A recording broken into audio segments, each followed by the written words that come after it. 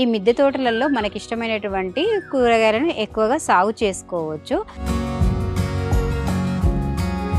Seepage అనేది తగ్గించుకొని మనం మిద్దె తోటను సక్సెస్ఫుల్గా మన మిద్దె పైన ఉంచుకోవచ్చు. సెకేచర్ తీసుకొని క్రిస్కాస్గా ఉన్నటువంటి కొమ్మలు కావచ్చు, ఎండిపోయిన ఆకులు కావచ్చు, ఇవన్నీ తీసేసి కూడా మొక్కకు ఒక ప్రాపర్ ఏరియేషన్ ఇవ్వడం వలన ఆ మొక్కకి తగినంత సూర్యరశ్మి అదేవిధంగా వెలుతురు సోకి ఆరోగ్యవంతంగా ఎదగడం జరుగుతుంది. గుడ్లు ఇందులోనే పెట్టడం వల్ల ఇలా మనం లూజనింగ్ చేస్తే సూర్యరశ్మికి ఎక్స్పోజ్ అయిపోయి అవి ఆ దశల్లోనే చనిపోవడం జరుగుతుంది.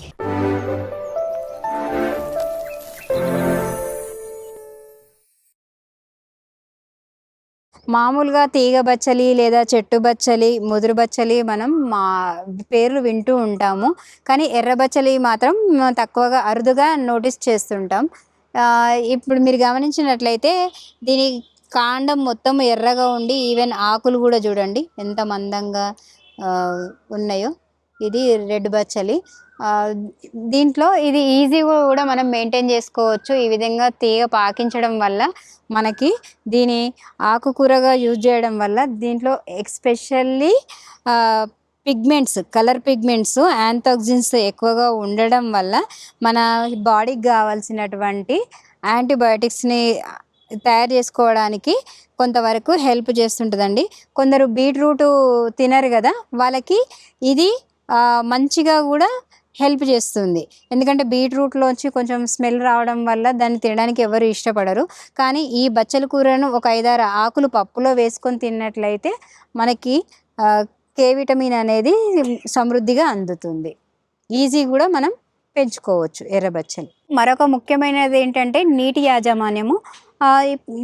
మిద్దె తోటలలో మనం పోషకాలు ఉన్నటువంటి నీటి యాజమాన్యం చాలా ముఖ్యమైనది.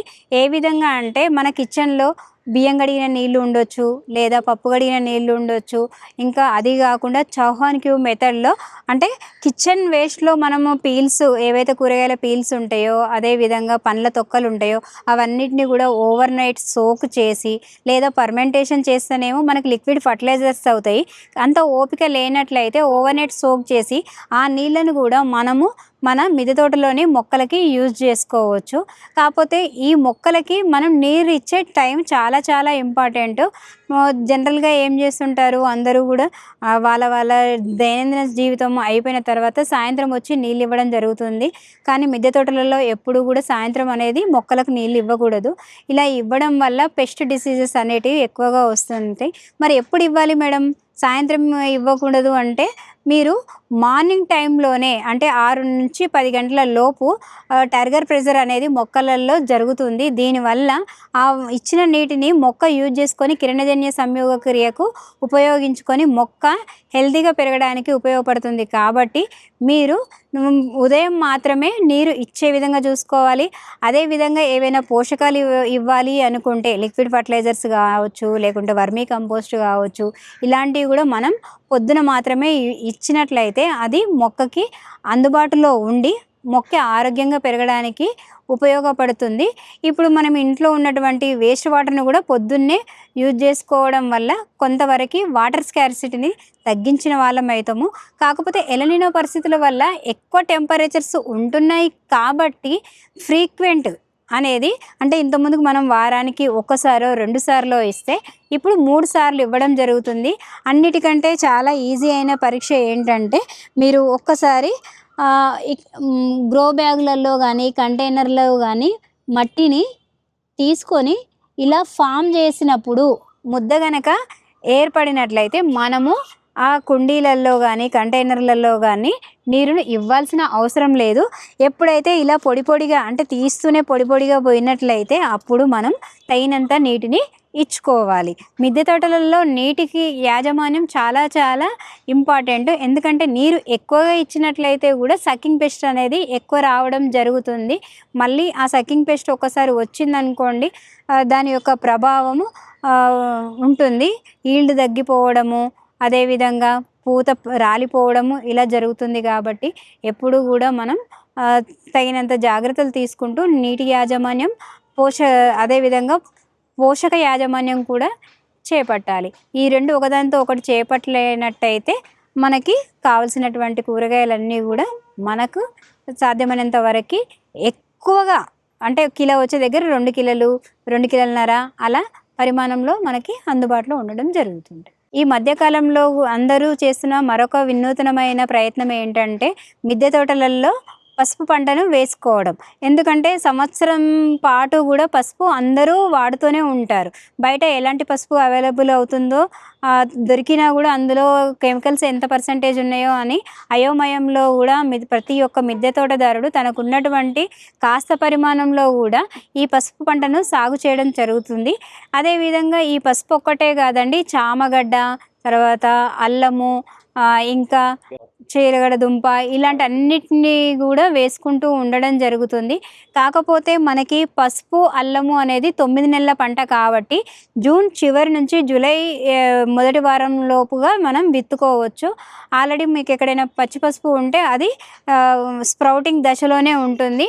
అలా దొరికిన వాటిని మనము దాదాపు 1 నుంచి 2 సెంటీమీటర్ల పరిమాణంలో కట్ చేసుకొని మనము ఒక గ్రో బ్యాగ్లో కానీ కంటైనర్లో కానీ పెట్టుకున్నట్లయితే మనకి 9 నెలల తర్వాత ఎలాంటి చీడపీడలు లేకుండానే మనకి 100% ఆర్గానిక్ పసుపు అనేది అవైలబుల్ ఉంటుంది.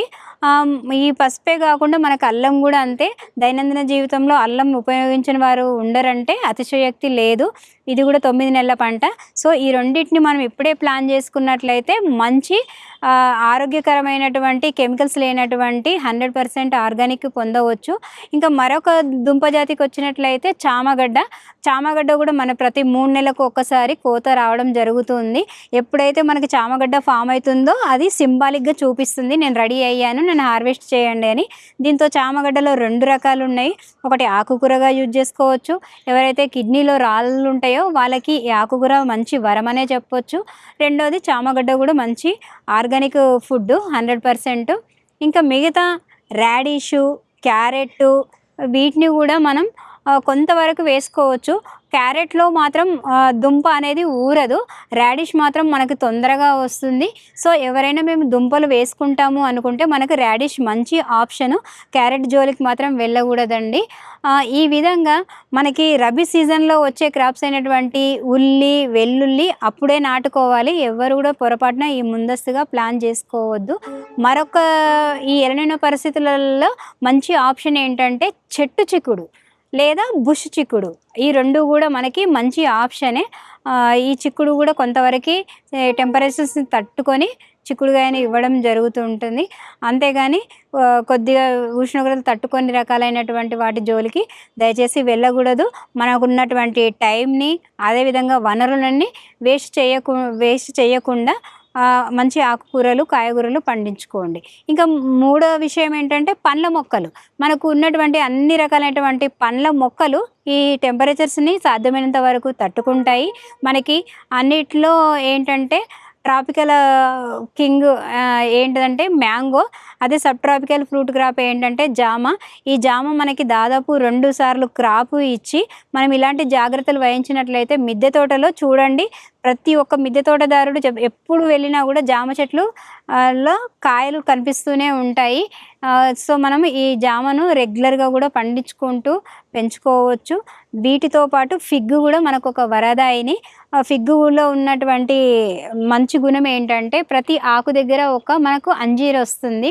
సో ఎక్కువ ఐరన్ కంటెంట్ అనేది మనకు రీచ్ అవ్వడానికి జామ, పప్పాయ అదేవిధంగా అంజీర పెట్టుకున్నట్లయితే చాలా బాగుంటుంది.